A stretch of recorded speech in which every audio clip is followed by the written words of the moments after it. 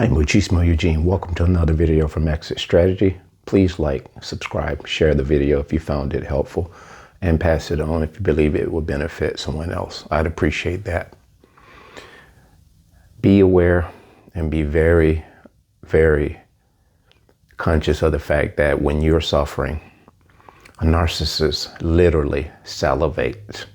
And I use that word quite often. Salivate, foams from the mouth. They are like wild dogs. They don't have the humanism that God afforded all of us to choose to have.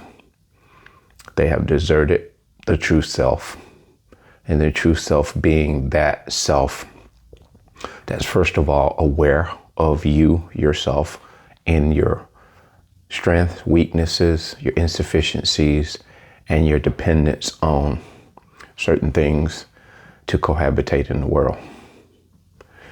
Now, we're not talking about codependency, but at the same time, there are things that are vital to us being able to sustain life here on earth. Above all of that is a spiritual connection to God, quite naturally. If you don't believe that, I do. And like they used to say, if you don't believe in God, just believe I do. And so that is one part of being able to cohabitate and exist in this world. And another one is being able to understand and have a genuine practical awareness that to be able to sustain and be able to cohabitate in this world, we must work together in unison and harmony. I don't want to say give and take, but sharing our abilities, helping, and accepting help. And that is a real dicey thing as you grow into life as an adult or even as a child. The lines are so blurred that you find yourself in 2025, even though you may have a better awareness than the average person, especially being an empath, chosen one. It's innate to your nature, but being awakened from this demonic abuse, even more so, you still have a hard go at it oftentimes. And you find yourself scratching your head like, wow, what is actually real and what's not? And see, it is harder to answer that question the more you ponder it. But if you just cut through the chase and look at the world, say the world at large, you just sit for a moment and look at the trends, what is the happening from economy, government, housing, different things like that. And one thing you will immediately understand about our world: this world is on its way to hell with kerosene drawers on, and that is not. That's an understatement. Because practicality is found in doing what you can with what you have, not seeking more than you need to live and cohabitate, as I said initially. Not to focus on what other people have and measure your worth and your existence by other people. That's a big one. The world is at large hoodwinked to measure their worth by other people. We are all guilty of it at times. The main thing I'm trying to capture here is recognize you have to cease and desist. What did we do when we awaken from narcissistic abuse? We began to withdraw. Not in a bad way, but in a way that benefit us from the core up. And now we're able to come out of that dressing room with a whole new fresh set of eyes and a whole new mind of understanding. Because God allowed this to happen to us to humble us first of all. If you are listening to any empath chosen one here who is speaking about the abuse that they sustained and they experienced, one thing you will really understand about them, that they are humbled. They are humbled by that experience. How do you know they're humbled by it? Because they're giving back in a magnificent way. They're able to tell you, I went through the burning house. I have the scars. I have the burn. I have the 3rd-degree burns. 1st degree, whatever, the more severest burns that you can get.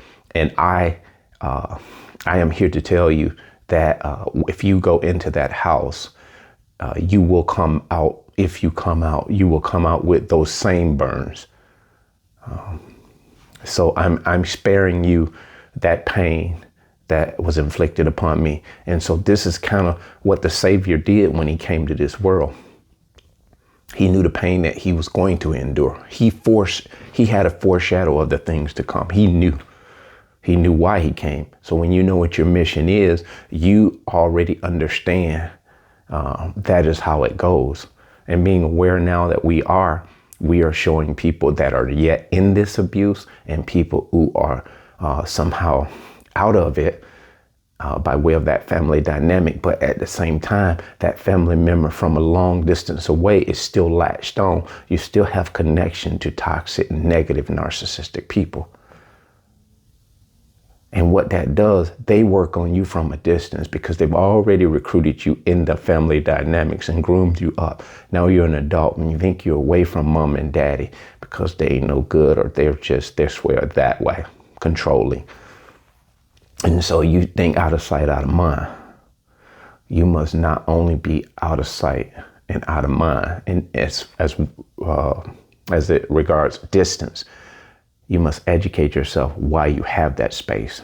Because if you don't, one phone call, come see us, check back in. You're getting low on the demonic dose. And so we have to dose you up again. So come back to the fold. We miss you. Like I always say, don't even leave the memo. Bounce without giving them a heads up. Make them wonder why you left. Make them wonder why they can hear a rat pee on cotton because it's so quiet. Because of your absence, right? So this is just fundamental stuff that I'm talking to you guys about, because we are now here in a way that we see the world is some say the rat race. This is not going to get better in any way, because let's say inflation, let's say housing, let's say food, let's say cars, items in general is what is debilitating people, because in no time in history, people are working themselves to the bone to maintain, if not sustain, this livelihood rather than the life of waking up, doing what you can with what you have, and not beating yourself up about it. The pressures we put on ourselves are the pressures that are imposed on us by the world. It is a beautiful, beautiful place to be, knowing that, man, I didn't make good on this thing. I didn't finish what I started in this thing. And we're not talking about procrastinating. We're not talking about just laying down in the road and just giving up. We're talking about setting practical goals for yourself and looking at things from a practical point of view, not looking at yourself as, I didn't get that done, so now I'm going to be looked upon as this or that. Workplace. You go to work with the tenacity and the wherewithal to do the best job that you can do. Quit looking for brownie points. Quit looking for people to look up to you. Quit kissing ass to your employees, employers, or your coworkers. Quit needing to be needed. Quit thinking that if you don't go and sit at that table with your specific group of fake friends, that your job is going to be in jeopardy, because I'm here to tell you, as an empath chosen one, you're on borrowed time anyway. Anywhere you go, you are marked. No, that's not grim. That's not a grim message. That's an eye-opening message. So if you approach things in this way, you are not the stomach growling, didn't eat breakfast, guys, yet. You are not the last one to realize this. You'll be the first one to realize that when you walk into a space, with observance, humility, and have your intuition and perception dialed up. And a lot of times, this is what will sustain you at a workplace. Looking back at the workplace I got fired from, I had told someone, man, if I had just kept it on the low and just, kind of moved a little more in silence and moved a little more stoic and just, poker faced to some degree, going about my business, doing my thing, less fraternizing, less trying to be that guy that is just zenful and letting it all hang out, I probably would have sustained a little more time at that job. And see, we can always look back and say, man, I should have just kept it on the low, kept it on the minimal. And I'm thinking I could have at least acquired a mortgage and got a house, to which that was my goal. And you know what I quickly realized? I denounced that thought and I put that thought out of my mind, because I said to myself, I realized, because of this education and awareness, the borrowed time that you own, you don't control the dial. But what you do control is the destiny, because they don't know what you know. They just know that they're setting you up for failure. They just know that they can't wait to salivate, foam from the mouth to see you fail. But what they don't know is you're going to win even when you're losing, like John Legend says. Because if you're chosen and being the empath you are, God goes with you. And that sounds cliche, that sounds philosophical, it sounds like a lot of things, but if you embrace this concept or this precept, you understand that looking back at your life, God has never failed this. He's never failed in this test. You're the one being tested. He's the one that's doing the grading. He's doing the grading. And the biggest part of this whole video is understand this. You have the peace that surpasses all understanding. Latch on to that, guys. Whenever the devil or the enemy tries to get you in thoughts to say, man, if I just could have done this, you got to say peace, peace, peace. You have, unlike most people, you have peace. You have peace when things don't go the way you want to. You have peace and acceptance when they go the way you want them to. You'll take it either way it comes. Even though there's disappointment, that's a human reaction or response to things not going the way that we plan. But the beautiful thing about that, even though it doesn't go the way you planned it, you're okay with it until such a time as you meet the marks in which you set. So settle on that, guys. The narcissist can't wait to see you fail. Dark energy, they can't wait to salivate, foam from the mouth like wild dogs. If you've ever seen a wild dog, he barks and he's growling. He wants to tear you limb from limb, and you just see him start foaming from the mouth. That is a dog that's got some demonic agenda in him. And they are on annihilate mode. They are definitely on annihilate mode.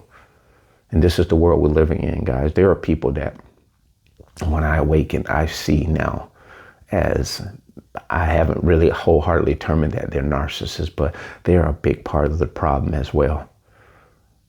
And it's very unfortunate because you have to move with a deliberate, you have to move deliberately. You can't move in a way that's in times past just lackluster. Every move you make has to be deliberate. It has to be deliberate. We're not saying overthinking it, but you have to move deliberate. You cannot allow everybody and anybody into your space, into interpersonal information. It is kind of like you have to walk this thing as though you have nobody you can trust. Trust can be earned, though. It can be earned, not as the world says. It can be earned based on a person demonstrating, not just through their words, their actions and their body language. All of those things in conjunction. Because that last thing, body language, when most of the world are being hoodwinked and convinced of what people are saying out of their mouth, and they're latching on to this new craze, this new product, this new self-help, this new public speaking, whatever you have, they are ready to jump on and latch onto it based on words and the charisma, but the body language. Empaths, chosen ones, we pay strict attention to body language, because the body language that we're looking for is deception. And we don't have to look long, and we don't have to look far. We know what it looks like. That being said, bless.